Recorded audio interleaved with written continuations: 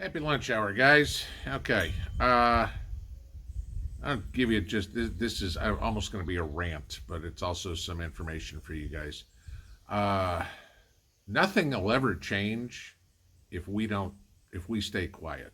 Okay. We have to speak up, and I'm going to give you a couple of situations here, real quick. Uh, I know a lot of you guys subscribe to Patera's channel, Appalachia's Homestead with Patera. She put up a real interesting video this morning about her experience with the post office and banks and et cetera, et cetera, et cetera. I watched that. Okay. Just going through my normal, see what other people I follow are putting up. Okay, it was an interesting video. I've had similar situations in the past. Didn't think much about it. Until a little bit later this morning. Okay? About 8:30, I get this email. Good morning, Pinball. I wanted to let you know I received one envelope last Friday with 2 patches and an empty envelope on Saturday that both ends were open and no patches. The post office said they did not see any patches laying around, and after delivery this morning, I have still not received the 3rd envelope. Okay. She had asked me for 6. She got 2.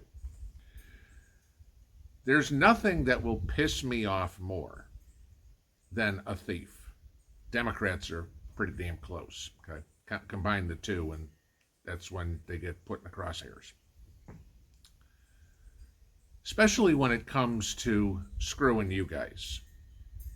Screwing me, I'll deal with it that way. But when it comes to screwing y'all, that's when I start breathing fire.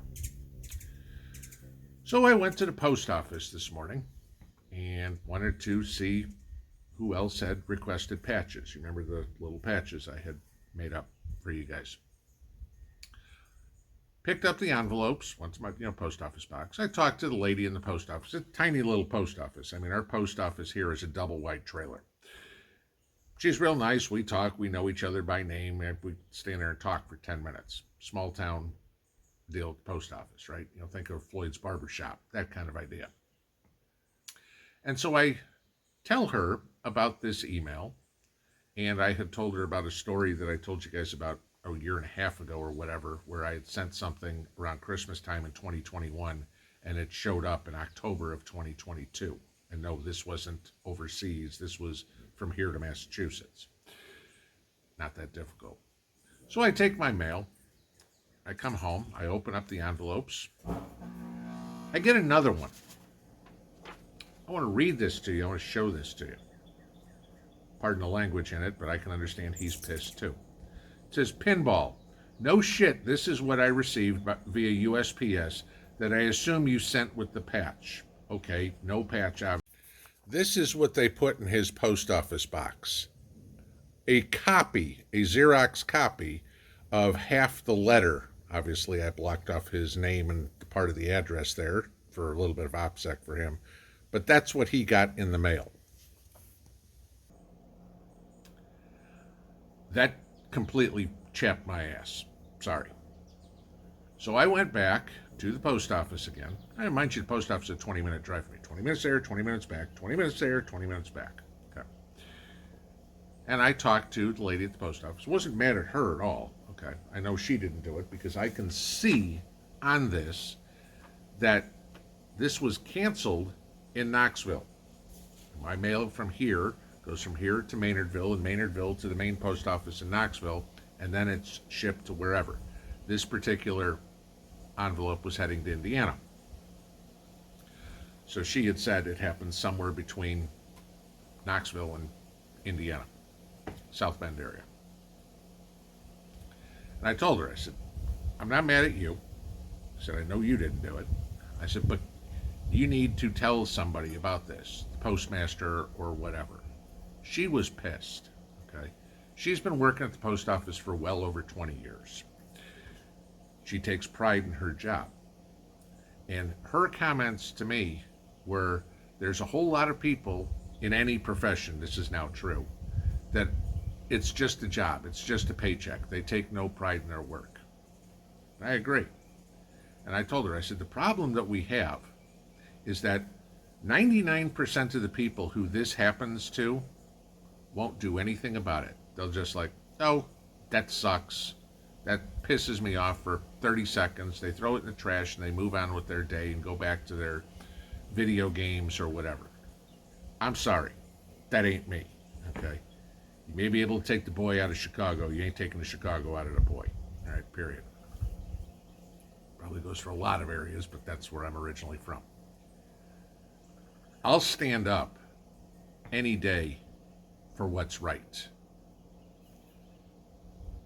We've watched over the last couple of years, get the computer off my lap. We've watched over the last couple of years all these liberals getting loud. They want to be heard. And those of us that are conservatives, constitutionalists, libertarians, patriots, whatever, a lot of us are still quiet. It's why they've called us for years and years and years the silent majority. Y'all need to stop being silent. Okay? As the lady at the post office told me about this, she goes, "Thank you for telling me this. I will send it to the postmaster." Like I said, some people just view it as a job. But she said, if nobody ever tells them they can't do this, they'll just keep doing it. Somebody made a Xerox copy of an envelope that was torn in half and delivered that to the recipient of those patches. Now, both of these people I fixed. I made them whole, okay, if you will. I sent out more patches to them. Just so you guys know, I am now out. I don't have any more. So if you have sent it, if I get a bunch of envelopes wanting more, I'll reorder more. If I only get a few more envelopes, I'll send you your $5 back, okay? Or whatever, however many you ordered. But this is the deal. You gotta go. When you're wronged, say something about it. Fix it. Because the days of somebody else will take care of it are long gone. Because we're getting steamrolled by the liberals trying to acceptance of grooming. You just need to do it. No, I don't. And I'm going to be vocal to tell you, I will call you he or she based on the way God made you, not based on which side of the bed you got out of this morning. Okay? No, I'm not going to say, oh, that's okay. You wanted to have an abortion. That's fine. No, I'm going to call you a sinner and hope to God you go to hell. Period. Okay? You want to believe in all this communist idealism that this administration's putting out? I don't care if I'm standing in the middle of Main Street. I will tell you, you're a fuck up. Okay? No, not happening. We need to take our country back. And the only way we are going to shut down all this incompetence, utter idiocy, and whatever else is going on is by holding people accountable. Hypocrisy is unbelievable out there. Just think of the versus abortion issue, okay? Women should be in control of their body, right? Hear that all the time.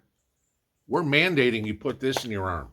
Wait a minute, I thought I was in control of my body. Oh, only on the issues we agree with. Bullshit. Okay? I'm sorry. No. Pick any of this crap. Pick the Ukraine deal. The majority of the country is against sending money to Ukraine, but we keep doing it. Why? Because nobody's got the balls to, or not enough people, let's just say that, have the balls to say, this has got to stop. All we're doing is padding Joe's pocket and padding Congress's pocket. There's a few there that are saying no, but there aren't enough people raising hell going, this has got to stop. We see all these picketers and protesters and Antifa and BLM raising hell to destroy this country. Where are all the picketers and protesters and the people raising hell to save it? It's about damn time we get off our couch and get freaking loud. Pinball out.